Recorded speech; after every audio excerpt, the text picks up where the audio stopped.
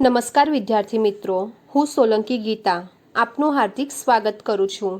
ધોરણ 10 વિજ્ઞાન અને ટેકનોલોજી, પ્રકરણ નંબર 1 રાસાયણિક પ્રક્રિયાઓ અને સમીકરણો. મિત્રો, આપણે રસાયણ વિજ્ઞાનનો અભ્યાસ કરવાનો છે. રસાયણ વિજ્ઞાનમાં અલગ અલગ રસાયણો, અણુસૂત્રો, રાસાયણિક પ્રક્રિયાઓ, રસાયણોના ગુણધર્મો, એના ઉપયોગો, એમની લાક્ષણિકતાઓ, એના વિશે વિગતવાર અભ્યાસ કરવાનો છે. વિદ્યાર્થી મિત્રો, આપણે રોજિંદા જીવનમાં અસંખ્ય પ્રક્રિયાઓ જોવા મળે છે. આ પ્રક્રિયાઓનું વર્ગીકરણ આપણે બે રીતે કરી શકીએ છીએ. પહેલું છે ભૌતિક પ્રક્રિયા અને બીજું છે રાસાયણિક પ્રક્રિયા. હવે પહેલા તો જોઈએ કે ભૌતિક પ્રક્રિયા એટલે શું. ભૌતિક પ્રક્રિયા એટલે એવી પ્રક્રિયા કે જેમાં માત્ર ભૌતિક સ્વરૂપ બદલાય છે. સ્વરૂપ બદલાય છે એટલે કે ઘનનું પ્રવાહી અથવા તો પ્રવાહીનું વાયુ, માત્ર સ્વરૂપ બદલાય છે, એના રાસાયણિક ગુણધર્મો બદલાતા નથી. એવા પ્રકારની પ્રક્રિયાને ભૌતિક પ્રક્રિયા કહે છે. એક સિમ્પલ ઉદાહરણ દ્વારા સમજીએ. મારી પાસે બરફ છે. આ બરફને ગરમ કરતા પાણી બને છે. આ પાણીને હજી વધારે ગરમ કરવામાં આવે તો વરાળ બને છે. અહીં આ પ્રક્રિયા થઈ. બરફનું પાણીમાં રૂપાંતર થાય છે, પાણીનું વરાળમાં રૂપાંતર થાય છે. અહીં બરફ એ પોતે ઘન અવસ્થામાં છે, પાણી પ્રવાહી અવસ્થામાં છે અને વરાળ વાયુ અવસ્થામાં છે. તો આપણે જોયું કે આ પ્રક્રિયા દરમિયાન ભૌતિક સ્વરૂપ બદલાયું, ઘનમાંથી પ્રવાહી કે પ્રવાહીમાંથી વાયુ. પણ આ બધાનું રાસાયણિક સૂત્ર જે છે એ એક જ છે, H2O. કોઈ એવી પ્રક્રિયા કે જે પ્રક્રિયામાં માત્ર સ્વરૂપ બદલાય, અણુસૂત્ર બદલાતું નથી, રાસાયણિક ગુણધર્મો બદલાતા નથી, તો તેવી પ્રક્રિયાને ભૌતિક પ્રક્રિયા કહેવાય. આ ભૌતિક પ્રક્રિયા વિશે આપણે ધોરણ 9માં અભ્યાસ કરી ગયા. હવે આપણે વિગતવાર અભ્યાસ કરવાનો છે રાસાયણિક પ્રક્રિયા. હવે આપણે જોઈએ કે રાસાયણિક પ્રક્રિયા એટલે શું. જે પ્રક્રિયામાં પદાર્થનું સ્વરૂપ બદલાય અને સ્વરૂપ બદલવાની સાથે સાથે રાસાયણિક અણુસૂત્રો અને રાસાયણિક ગુણધર્મો પણ બદલાય, તો તેવી પ્રક્રિયાને રાસાયણિક પ્રક્રિયા કહે છે. આ પ્રક્રિયામાં પદાર્થનું સ્વરૂપ બદલાય છે અને સ્વરૂપ બદલવાની સાથે સાથે એનું જે રાસાયણિક સૂત્ર છે એ એટલે કે રાસાયણિક અણુસૂત્ર અને રાસાયણિક ગુણધર્મો પણ બદલાય છે. ઉદાહરણ તરીકે મારી પાસે કોલસો છે. એને હવાની હાજરીમાં સળગાવવામાં આવે છે તો એમાંથી કાર્બન ડાયોક્સાઇડ વાયુ ઉત્પન્ન થાય છે. અહીં કોલસો એ ઘન સ્વરૂપે છે, ઓક્સિજન એ વાયુ સ્વરૂપે છે અને બંનેનું સંયોજન થઈને કાર્બન ડાયોક્સાઇડ વાયુ જે બને છે એ વાયુ સ્વરૂપે છે. એટલે કે ઘન અને વાયુમાંથી વાયુ બને છે અને સાથે સાથે અણુસૂત્ર પણ બદલાઈ ગયું. આપણે રોજિંદા જીવનમાં કઈ કઈ રાસાયણિક પ્રક્રિયાઓ થાય છે તેનો આપણે અભ્યાસ કરશું. એમાં પહેલું છે દૂધમાંથી દહીં બનવું, એટલે કે દૂધનું લેક્ટિક એસિડમાં રૂપાંતર થવું. અહીં બંનેના ગુણધર્મો જે છે એ આપણે ખબર જ છે કે અલગ અલગ છે. દૂધના ગુણધર્મો અલગ છે અને દહીંના ગુણધર્મો અલગ છે. એટલે કે આ એક રાસાયણિક પ્રક્રિયા છે. હવે બીજી પ્રક્રિયા જોઈશું, લોખંડની વસ્તુને કાટ લાગવો. લોખંડને હવાની હાજરીમાં પ્રક્રિયા કરતા કાટ લાગે છે. આર્યન એટલે કે લોખંડ એ હવાની હાજરીમાં એટલે કે ઓક્સિજન સાથે સંયોજાઈને શું બનાવશે? આર્યન ઓક્સાઇડ બનાવશે. તથા આપણે ખબર છે કે લોખંડના ગુણધર્મો પણ જુદા જુદા છે અને આર્યન ઓક્સાઇડના ગુણધર્મો પણ તદ્દન જુદા છે. તો આ પણ એક કેવી રાસાયણિક પ્રક્રિયા જ થઈ. હવે ત્રીજી પ્રક્રિયા છે શરીરમાં ખોરાકનું પાચન થવું. આપણે દાળ, ભાત, શાક, રોટલી, દહીં, છાશ, દૂધ કોઈ પણ વસ્તુ આપણે ખાઈએ તો એ તમામ વસ્તુ આપણા શરીરમાં જાય છે અને એનું પાચન થાય છે. એટલે કે આ પણ એક કેવી પ્રક્રિયા થઈ? રાસાયણિક પ્રક્રિયા જ થઈ. એના પછી છે શરીરમાં થતી શ્વસનની પ્રક્રિયા. હવે શ્વસનની પ્રક્રિયામાં આપણે ખબર છે કે આપણે ઓક્સિજન વાયુ શ્વાસમાં લઈએ છીએ અને ઉચ્છ્વાસમાં કાર્બન ડાયોક્સાઇડ વાયુ બહાર કાઢીએ છીએ. તો શ્વસનની પ્રક્રિયા એ પણ કેવી થઈ? એક રાસાયણિક પ્રક્રિયા જ થઈ. હવે એના પછી છે દ્રાક્ષ છે કાં તો ગોળ છે, એનું આઠવણ કરવામાં આવે તો એમાંથી આપણે આલ્કોહોલ મળે છે. તો તો આ આલ્કોહોલ બનાવવાની પ્રક્રિયા પણ એક પ્રકારે રાસાયણિક પ્રક્રિયા જ છે। તો વિદ્યાર્થી મિત્રો, આપણે રોજિંદા જીવનમાં અસંખ્ય રાસાયણિક પ્રક્રિયા થાય છે। અહીં ફક્ત 5 જ રાસાયણિક પ્રક્રિયા દર્શાવી છે। તો કોઈ એવી પ્રક્રિયા જેમાં પદાર્થનું માત્ર સ્વરૂપ બદલાતું હોય અને સ્વરૂપ બદલવાની સાથે સાથે તેના રાસાયણિક ગુણધર્મો પણ બદલાય, તો એ પ્રકારની પ્રક્રિયાને રાસાયણિક પ્રક્રિયા। ચાલો મિત્રો, આપણે પ્રવૃત્તિ 1.1 કરીએ। સૌપ્રથમ આકૃતિમાં મેગ્નેશિયમની પટ્ટી લીધી છે। આ મેગ્નેશિયમની પટ્ટીને હવામાં સળગાવવામાં આવે તો શું મળે છે એનું અવલોકન કરવાનું છે। હવે મિત્રો, આકૃતિમાં દર્શાવ્યું છે એ પ્રમાણે આ આકૃતિ આપણે સમજવાનો પ્રયત્ન કરીએ। આકૃતિની અંદર એક મેગ્નેશિયમની પટ્ટી લીધી છે, એને બર્નર સાથે લગાડેલી છે। હવે મેગ્નેશિયમની પટ્ટીને બર્નરની જ્યોત સાથે સળગાવવામાં આવે તો એ જગારા મારતી જ્યોત સાથે સળગે છે અને મેગ્નેશિયમની પટ્ટી સંપૂર્ણ સળગી ગયા પછી એની જે રાખ ઉત્પન્ન થાય છે એને રકાબી કે વોચ ગ્લાસમાં એકત્ર કરવામાં આવે છે।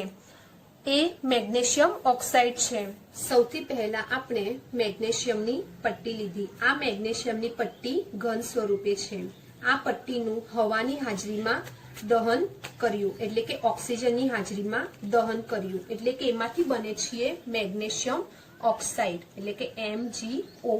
હવે મિત્રો, આ સમીકરણ સંતુલિત નથી, એને સંતુલિત કરવું પડે છે। અહીં Mg એ 1 છે, સામેની સાઈડ પણ Mg 1 છે।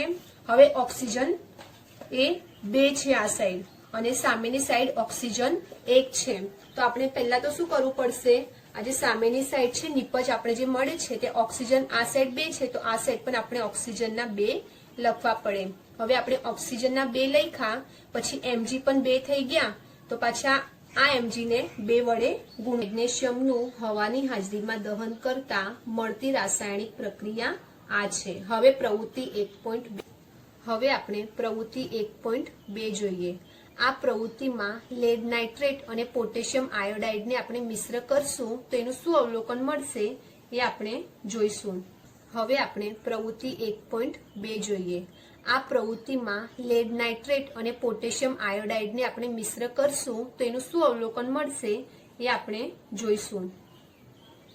લેડ નાઇટ્રેટના દ્રાવણમાં પોટેશિયમ આયોડાઇડનું દ્રાવણ ઉમેરતા અહીં પોટેશિયમ આયોડાઇડ એનો કોઈ રંગ નથી, એટલે કે કેવો છે, રંગવિહીન છે।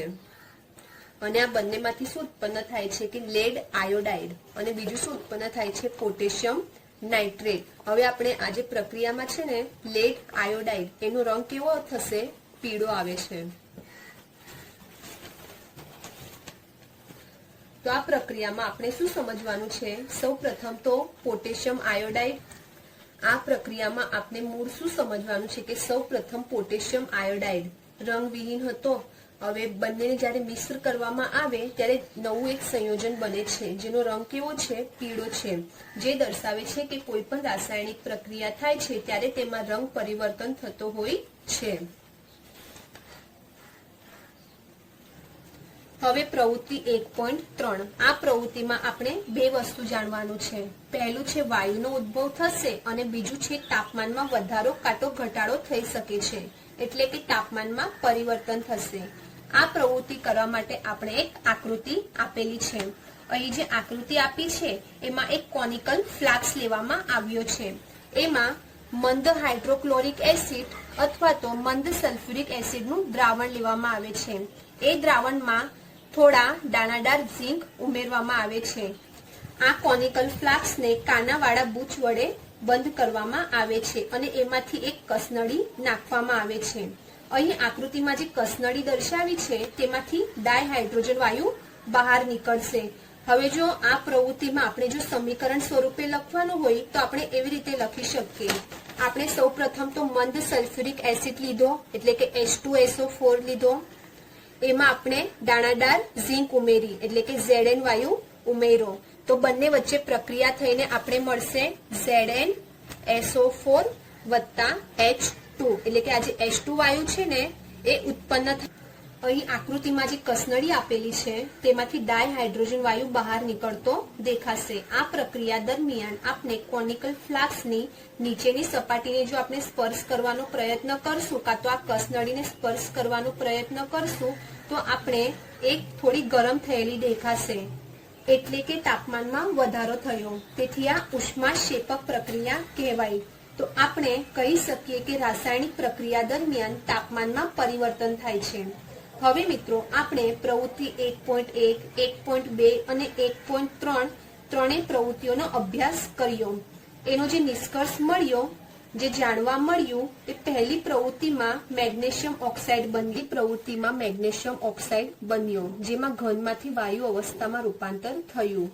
બીજી પ્રવૃત્તિ કરી એમાં બે સંયોજન આપણે લીધા, લેડ નાઇટ્રેટ અને પોટેશિયમ આયોડાઇડ। એમાં પણ ધીમે ધીમે ક્રમશઃ રંગ પરિવર્તન જોવા મળતી કરી। તેમાં શું જાણવા મળ્યું કે વાયુ ઉત્પન્ન થયો ઉપરાંત તાપમાનમાં પણ ફેરફાર જોવા મળ્યો। હવે રાસાયણિક પ્રક્રિયા દરમિયાન 4 પ્રકારના ફેરફારો આપણે જોઈ શકીએ છીએ।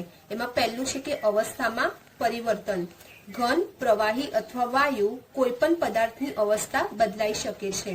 બીજું છે કે રંગમાં પરિવર્તન। પ્રક્રિયાની શરૂઆતમાં તથા પ્રક્રિયાની અંતમાં અલગ અલગ રંગ જોવા મળે છે, એટલે કે રાસાયણિક પ્રક્રિયા દરમિયાન રંગ પરિવર્તન જોવા મળે છે। ત્રીજું છે વાયુનો ઉદ્ભવ। આપણે પ્રવૃત્તિ 1.3 માં જોયું કે ડાયહાઇડ્રોજન વાયુ ઉત્પન્ન થાય છે। ચોથું છે કે તાપમાનમાં પરિવર્તન। ઘણીવાર તાપમાનમાં વધારો પણ થઈ શકે છે કાં તો તાપમાનમાં ઘટાડો પણ થઈ શકે છે, એટલે કે રાસાયણિક પ્રક્રિયા દરમિયાન આ 4 માંથી કોઈ પણ ફેરફાર થઈ શકે છે। વિદ્યાર્થી મિત્રો, હવે આપણે 1.1 રાસાયણિક સમીકરણો વિશે અભ્યાસ કરશું। રાસાયણિક પ્રક્રિયામાં ભાગ લેતા પદાર્થોને પ્રક્રિયકો અને ઉત્પન્ન થતા પદાર્થોને નિપજો કહે છે। રાસાયણિક સમીકરણમાં પ્રક્રિયકોને તીરની ડાબી બાજુએ અને નિપજોને તીરની જમણી બાજુએ લખવામાં આવે તથા પ્રક્રિયકો અને નિપજોની ભૌતિક અવસ્થા દર્શાવવામાં આવે છે, જેમ કે ઘન માટે S, પ્રવાહી માટે L, વાયુ માટે G તથા જલીય માટે AQ। વિદ્યાર્થી મિત્રો, આપણે ગણિત વિષયમાં શબ્દો સ્વરૂપે રકમ લખેલી હોય પછી આપણે શું કરીએ, એને આપણે સંકેતમાં લખીએ છીએ, જેથી એનું વર્ણન સરળ બને છે। તો રાસાયણિક પ્રક્રિયા દરમિયાન જે પ્રક્રિયા થાય, પ્રક્રિયકો વચ્ચે પ્રક્રિયા થઈ નિપજો બને છે। આજે રાસાયણિક પ્રક્રિયાને મારે દર્શાવવાનું હોય તો શોર્ટમાં મારે કેવી રીતે દર્શાવી શકાય? આપણે પ્રવૃત્તિ 1.1 માં જોયું કે મેગ્નેશિયમની પટ્ટીને હવાની હાજરીમાં ગરમ કરતા, એટલે કે ઓક્સિજનની હાજરીમાં ગરમ કરતા મેગ્નેશિયમ ઓક્સાઇડ બને છે, એટલે કે અહીં મેગ્નેશિયમ અને ઓક્સિજન એ શું છે? પ્રક્રિયકો છે, તથા ઉત્પન્ન થતો વાયુ એ શું છે? નિપજ છે। હવે જો આ સમીકરણને હજી નાના સ્વરૂપે લખવાનો પ્રયત્ન કરીએ તો એને સંકેતમાં નીચે પ્રમાણે લખાય। Mg + O2 એમાંથી બને છે MgO। Mg એટલે કે મેગ્નેશિયમ, O2 એટલે ઓક્સિજન અને MgO એટલે મેગ્નેશિયમ ઓક્સાઇડ। અહીં આપણે ભૌતિક અવસ્થા પણ દર્શાવવી જરૂરી છે। અહીં S એ ઘન અવસ્થા દર્શાવે છે, G એ વાયુ અવસ્થા તથા S એ ઘન અવસ્થા દર્શાવે છે। અહીં આપણે જોઈ શકીએ છીએ કે આ સમીકરણ અસમતોલિત સમીકરણ છે, કારણ કે અહીં પ્રક્રિયકોમાં O ના 2 પરમાણુ છે પણ નિપજમાં O નો એક જ પરમાણુ છે, તેથી આ સમીકરણ અસમતોલિત સમીકરણ છે। તેથી આપણે આ સમીકરણને સંતુલિત કરવું પડે, એના માટે પણ સોપાનો છે, એનો આપણે વિગતવાર અભ્યાસ કરશું। આપણે રાસાયણિક સમીકરણ સંતુલિત કરવું જરૂરી છે, કારણ કે દ્રવ્ય સંચયનો નિયમ જળવાવો જ જોઈએ। 1.1.2 સમતોલિત રાસાયણિક સમીકરણ વિશે આપણે અભ્યાસ કરશું।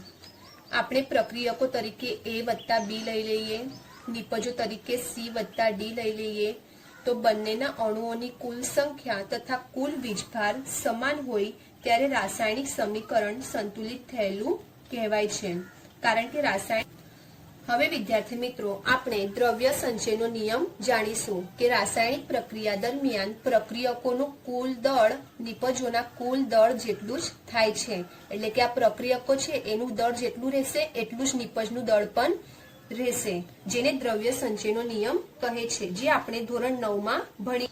હવે આપણે રાસાયણિક સમીકરણને તબક્કા મુજબ સંતુલિત કરતા શીખશું.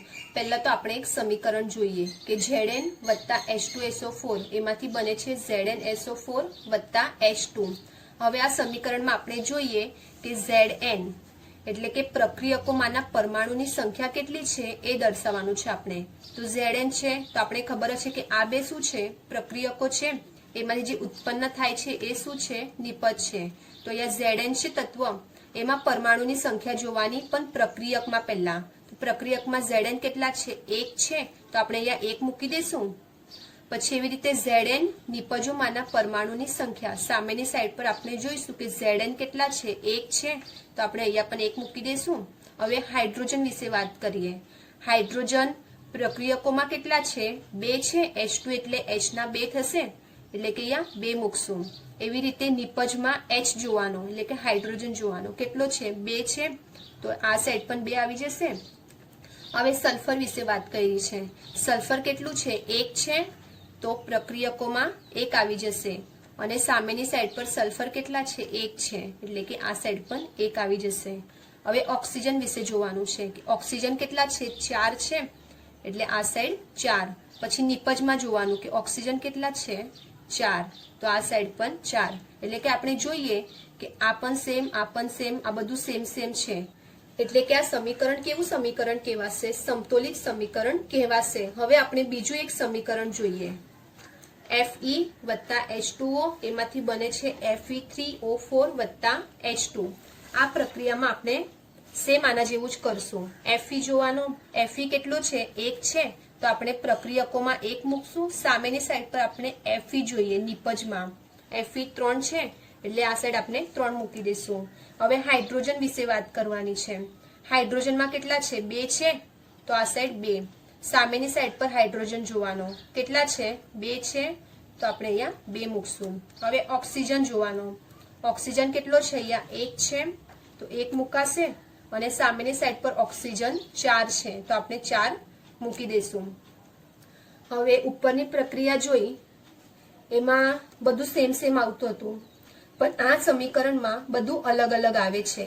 તો આ કેવું સમીકરણ છે, અસમતોલિત સમીકરણ છે. તો આપણે એને સમતોલિત સમીકરણમાં કન્વર્ટ કરવું પડે. હવે આ જે સમીકરણ છે એ અસમતોલિત સમીકરણ છે. તો સૌથી પહેલા તો આપણે શું કરશું, આ સમીકરણની ફરતે એક બોક્સ બનાવી દઈશું.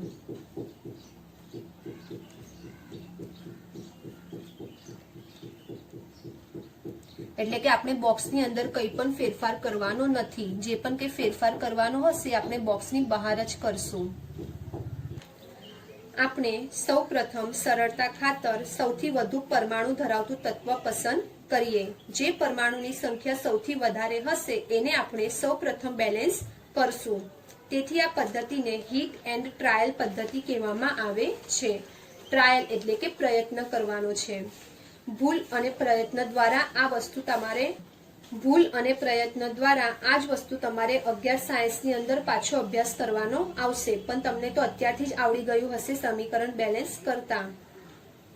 તો અહીં પ્રથમ આપણે ઓક્સિજનને બેલેન્સ કરશું. વિદ્યાર્થી મિત્રો, કોષ્ટક પરથી આપણે ખબર પડે છે કે ઓક્સિજનમાં સૌથી વધુ પરમાણુની સંખ્યા છે. હવે આપણે જોઈએ કે પ્રક્રિયકમાં એક જ પરમાણુ છે અને નિપજમાં પરમાણુની સંખ્યા 4 છે. તેથી આપણે 1 ને 4 વડે ગુણાકાર કરશું તો આપણે 4 મળી જશે. તો ઓક્સિજનના આપણે 4 મળી ગયા, પ્રક્રિયકોમાં મળેલા છે, તો આપણે ઓક્સિજનના આગળ કેટલા મૂકી દઈશું, 4 મૂકી દઈશું. પણ યાદ રાખજો વિદ્યાર્થી મિત્રો, આ 4 છે ને કૌંસની અંદર નહીં લખાશે, આ બોક્સની બહાર જ તમારે લખવું પડશે, કારણ કે આ તો આપણે ટાળું મારી દીધેલું છે આમાં. હવે ઓક્સિજન તો થઈ ગયું. હવે આપણે હાઇડ્રોજનના કેટલા થશે, અહીંયા 4 દુ 8 થશે. આ બંનેનો ગુણાકાર કરવો પડશે. હાઇડ્રોજનના 4 દુ 8, તો આપણે જોઈએ પ્રક્રિયકમાં 2 છે અને આપણે 8 લાવવાના છે, તો આપણે 4 વડે ગુણાકાર કરશું તો 8 આવી જશે ને. તો હાઇડ્રોજનના આપણા 8 થઈ ગયા. હવે સામેની સાઈડ પર જોવાનું, નિપજમાં ત્યાં હાઇડ્રોજનના કેટલા છે, 2 છે. 2 ને આપણે શેના વડે ગુણાકાર કરશું તો 8 આવશે. 2 ને 4 વડે ગુણાકાર કરશું તો 8 આવી જશે. તો આ સાઈડ નિપજમાં H ના કેટલા મૂકી દેવાના, આપણે 8 મૂકવાના, પણ અહીંયા h ના 2 છે તો આપણે શેના વડે ગુણાકાર કર્યો? 4 વડે. તો આપણે આગળ શું મૂકી દેશું? 4 મૂકી દેશું. હવે Fe વિશે વાત કરીએ. Fe માં પ્રક્રિયકમાં 1 છે અને નિપજમાં 3 છે. તો આપણે શું કરશું? આને 3 વડે ગુણાકાર કરશું એટલે 3 આવી જશે. આ 3 ક્યાં મૂકી દેશું? આ સાઈડ આવી જશે 3. તો વિદ્યાર્થી મિત્રો, આ જે સમીકરણ છે એ બેલેન્સ થયું કહેવાશે. અહીં બંને બાજુ રહેલા તત્વોના પરમાણુની સંખ્યા બરાબર છે. આથી આ સમીકરણ હવે સંતુલિત છે. આ સમીકરણમાં પ્રક્રિયકો અને નિપજોની ભૌતિક અવસ્થા દર્શાવવાની હોય છે.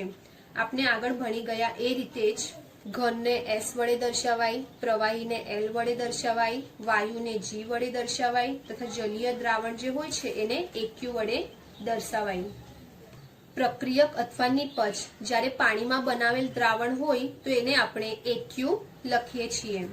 હવે આ સમીકરણમાં આપણે જો ભૌતિક અવસ્થા દર્શાવવાની હોય તો આપણે દર્શાવી શકીએ કે આ S, આ G, આ જે બને છે S અને આ G. તો આ સમીકરણમાં આપણે જોયું કે પાણી છે પણ આ ગેસ સ્વરૂપે છે એટલે કે વાયુ સ્વરૂપે છે. તેનું મીનિંગ એમ થાય કે આ પ્રક્રિયામાં પાણીનો ઉપયોગ વરાળ સ્વરૂપે કરવામાં આવ્યો છે.